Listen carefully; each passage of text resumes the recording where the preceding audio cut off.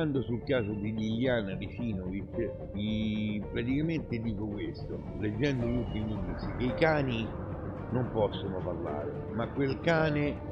conferma appieno quello che il sensitivo all'occhio ha sempre detto, che Liliana è stata trasportata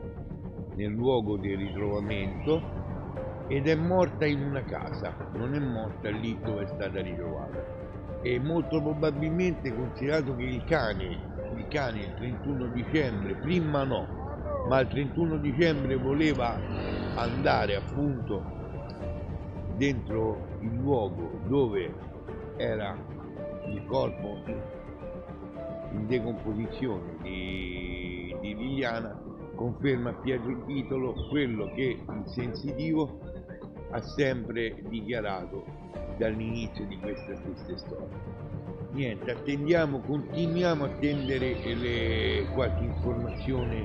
qualche notizia dagli inquirenti, però io rimango sulla mia tesi, su quello che ho sempre dichiarato. Di nuovo amici, buon proseguimento di giornata a tutti, dal sensitivo all'occhio di Giulio Vecchia.